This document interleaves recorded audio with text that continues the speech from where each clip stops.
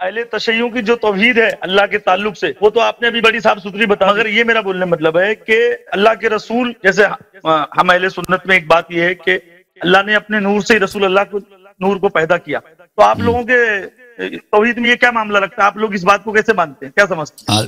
نور دے کہ اللہ تعالیٰ نے اپنے نور سے اہل بیت علیہ السلام کو بنایا ہے، یہ نہیں ہے کہ اللہ تعالیٰ خود نور ہے بھائی، اس سے نور نکلتا ہے جو ظاہری نور ہے نا، جیسے سورج کا نور ہے، چراغ کا نور ہے، اس سے اللہ تعالیٰ نے اہل بیت علیہ السلام کو بنایا نہیں۔ اللہ تعالیٰ جو ہے جس مادے سے اللہ تعالیٰ نے بنایا، آدم علیہ السلام کو مٹی سے بنایا، ٹھیک ہے نا، جس مادے سے، جس مواد سے اللہ تعالیٰ نے بنایا، وہ نہایت اس نے اپنے حبیب صلی اللہ علیہ وسلم کو بنایا، وہ نہایت اعلیٰ درجے کی کوئی مادہ ہے جس کو ہم نہیں سمجھ سکتے۔ مطلب وہ کیا ہے وہ نور؟ وہ نور کیا ہے؟ اللہ فرمانا میں نے اپنے نور سے ہی خلق کیا نا، تو نور کیا ہے؟ وہ یعنی جیسے کہ اللہ کہتا ہے بیتی، کہتا ہے بیتی، مکہ کو بولے یہ میرا گھر ہے، میرا گھر ہے۔ اب اللہ تعالیٰ ادھر نہیں رہتا، وہ اللہ تعالیٰ ادھر نہیں رہتا، اللہ تعالیٰ ادھر نہیں سوتا۔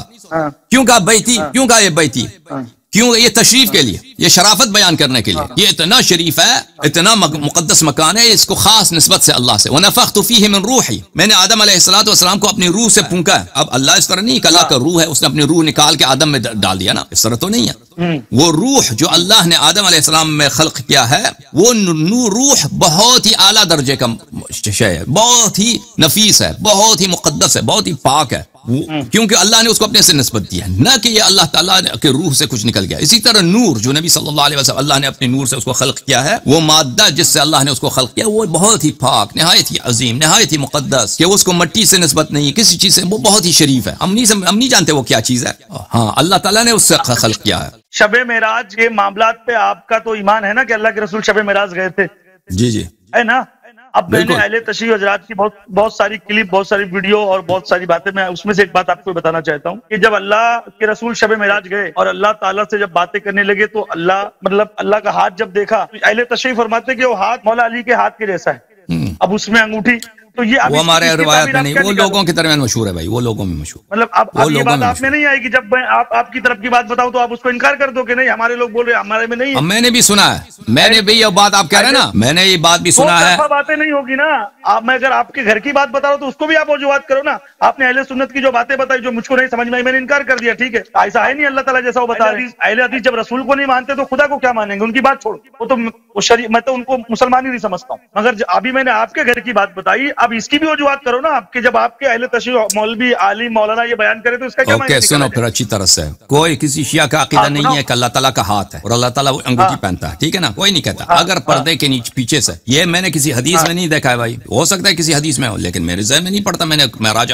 وغیرہ کی حدیث پڑھی ہے۔ اجازت بات کرنے دیں، بات کرنے دیں۔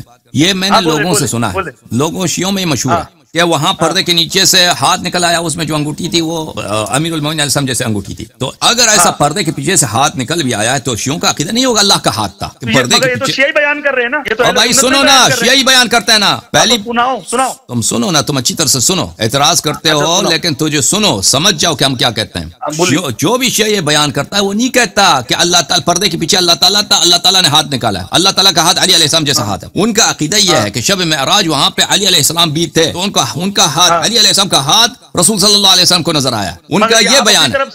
نہیں، میں حقیقتاً کہہ رہا ہوں، کسی شیعہ کا عقیدہ نہیں ہے کہ اللہ کا ہاتھ ہے اس نے انگوٹھی پہنا، کوئی بھی شیعہ کا یہ عقیدہ نہیں ہے۔ بیان سنو، وہ یہ کہتے ہیں کہ جو ہاتھ پردے کے پیچھے سے آیا وہ اللہ کا ہاتھ تھا، اس میں جو انگوٹھی تھی۔ اگر کوئی یہ کہتا ہے کہ اللہ کا ہاتھ ہے، وہ ہمارے نزدیک وہ مشرک ہے، ملعون ہے۔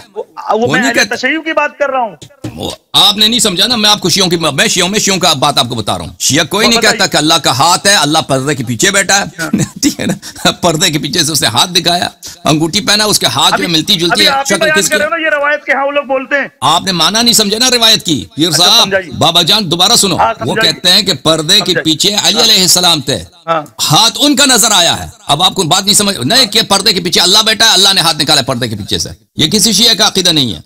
میں وہ ایک کلپ آپ کو بھیجوں گا، آپ یہ دیکھ لینا کلپ۔ اب دیکھا کسی جاہل نے کوئی بات کہی ہے نا، وہ اگر کوئی کہتا ہے کہ اللہ کا ہاتھ ہے، اللہ نے انگوٹھا پہنا ہے، تو وہ ہے ہی کافر، مشرک، ہمارے نزدیک مجسمہ ہے، مشرک ہے، نجس ہے۔ اب دوسری بات، میں ایک میری بات یہ کلیئر کر دوں کہ وہ اللہ کے سر پہ بہت ساری آنکھیں ہیں، یہ میں بھی نہیں مانتا ہوں۔ دائنی طرف سیدھے طرف ہی سارے ہاتھ ہیں، یہ میں بھی نہیں مانتا ہوں۔ اہل حدیثوں کے سارے عقیدے یہ غلط ہے۔ اللہ جس طریقے سے ابھی آپ نے بتایا کہ اللہ، اگر ہماری شاعر رکھ کے قریب ہے تو یہ ضروری نہیں کہ اللہ ہے، اس کی طاقت ہے، وہ ہر جگہ موجود ہے، اس بات پہ میں بھی یقین رکھتا ہوں. مگر میرا یہ بولنے مطلب ہے کہ اگر آپ کے لوگ بھی ہاتھ پیر سر کا ذکر کریں تو اس کے لیے پھر آپ کیا کرو گے؟ دوسرے پہ انگلی اٹھاؤ تو اپنے اوپر بھی تو ذرا نظر ڈالو کہ آپ کے لوگ کیا بول رہے ہیں. پہلی بات ہے کہ شیعہ، میں آپ کو یقین سے کہتا ہوں، شیعہ عوام میں بھی عقیدہ نہیں ہے. شیعہ آپ نے اگر کسی سے بات سنی ہے تو اس بات کو اچھی طرح سے سمجھ جاؤ اس نے کیا کہا. شیعہ عوام میں بھی یہ عقیدہ نہیں ہے کہ اللہ تعالیٰ کا ہاتھ ہے. کسی شیعہ کا عقیدہ یہ نہیں ہے، چاہے وہ کتنا ان پڑھ ہو، کتنا نادان ہو، اس کا عقیدہ نہیں کہ اللہ کا ہاتھ ہے، اللہ پردے کے پیچھے بیٹھا ہے، اس نے انگوٹھی دکھایا. شیعہ کا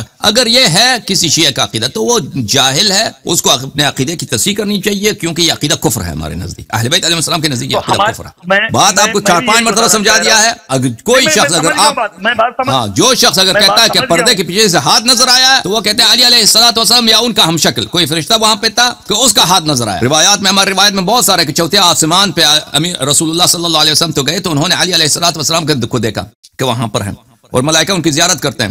تو پوچھا کہ علی علیہ السلام یہاں پہ کیا کرتے ہیں؟ تو جبرائیل نے کہا کہ یا رسول اللہ صلی اللہ علیہ وآلہ وسلم، ملائکہ کو بڑا حب ہے، بہت محبت ہے علی علیہ السلام سے، بہت خواہش کی اللہ تعالیٰ سے ہے کہ ہمیں اجازت دیجیے ان کی زیارت کی. اور یہ بہت زیادہ حدیث بہت زیادہ ہمارے پاس. تو اللہ تعالیٰ نے ان کا ہم شکل، ان کا شبیہ ہم شکل چوتھے آسمان میں ایک ملائکہ کو خلق کیا ہے. وہاں پر ملائکہ اس کی زیارت کرتے ہیں کیونکہ بالکل شکل و صورت و شمائل اس کا کن کے موافق ہے؟ امیر المؤمنین علی ابن ابی طالب علیہ السلام. اس طرح ہے ہمارے پاس روایات، لیکن یہ نہیں کہ وہ اللہ ہے. اگر وہاں پہ اس طرح کوئی روایت، میں نے اس روایت کو کسی کتاب میں نہیں دیکھا ہے، ہو سکتا ہے مجھ سے چھوٹ گیا ہو، لیکن میں نے لوگوں سے سنا ہے کہ وہاں پہ انگوٹھی والی بات جو آپ کہہ رہے ہیں، ہاتھ والی پردے کے پیچھے سے، لیکن اس کا مطلب وہی ہے جو میں نے آپ کو بتایا.